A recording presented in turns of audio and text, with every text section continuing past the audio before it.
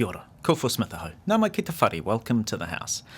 While Thursday afternoon in Parliament was dominated by the Privileges Committee report debate, which I'm sure you will have heard reported elsewhere, and which we will cover on Sunday, the rest of the week has focused on other, more mundane business, but still business worthy of note. The government appears to have had three objectives for the House this week. The first, and an important one, was to get through the initial debate on the budget. And it's a concept called reprioritisation. Yes.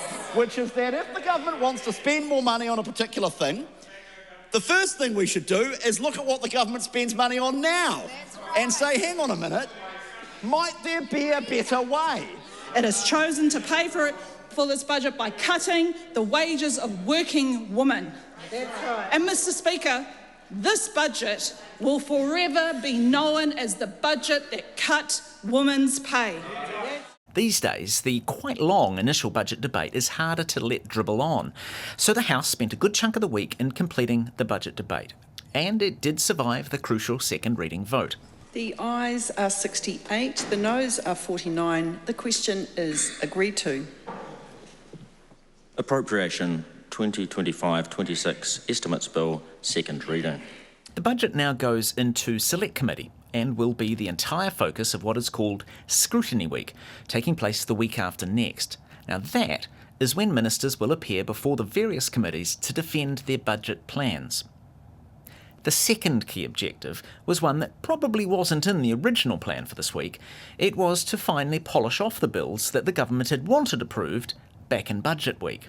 I move that urgency be accorded the first reading of the Appropriation 2024-5 Supplementary Estimates Bill, the introduction and passing through all stages of the Taxation Budget Measures Bill number 2, the first reading and referral to Select Committee of the Regulatory Standards Bill, the introduction, first reading and referral to a Select Committee of the Building and Construction Small Standalone Dwellings Amendment Bill, the introduction and passing through all stages of the Social Assistance Legislation Accommodation Supplement. Under the traditional post-budget urgency, the government had 12 bills it hoped to progress through 30 stages. That's 30 stages of parliamentary debate.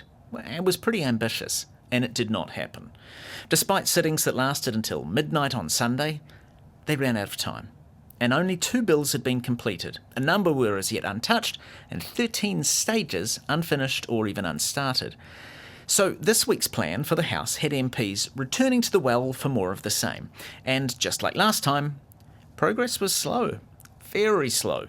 After quite a few hours this week, the government had slugged its way through just a few more stages. And here we are again at the committee stage discussing another bill brought by this minister that would take away rights of workers and put them in unfair situations.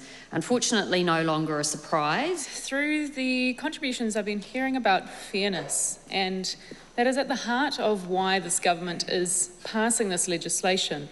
It's about a rebalance of fairness across industrial action. Committee stages are, to be honest, often very dry, but they are crucial as a way to interrogate the minister in charge of a bill, and because they have no set duration, as a way of making the government really work for progress. They did make some, but I suspect not as much as they would have liked. Oh, and the third thing the government really wanted gone away by the week's end, the Te Pāti Māori Privileges Report debate.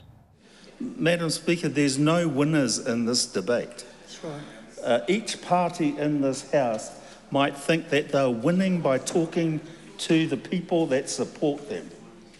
But there is no winners in this debate. None. Especially not this House. But more of that on Sunday. You've been listening to The House at Te Whakaronga Koe ki te Whare. This program is produced with funding from Parliament's Office of the Clerk. Mā te wā.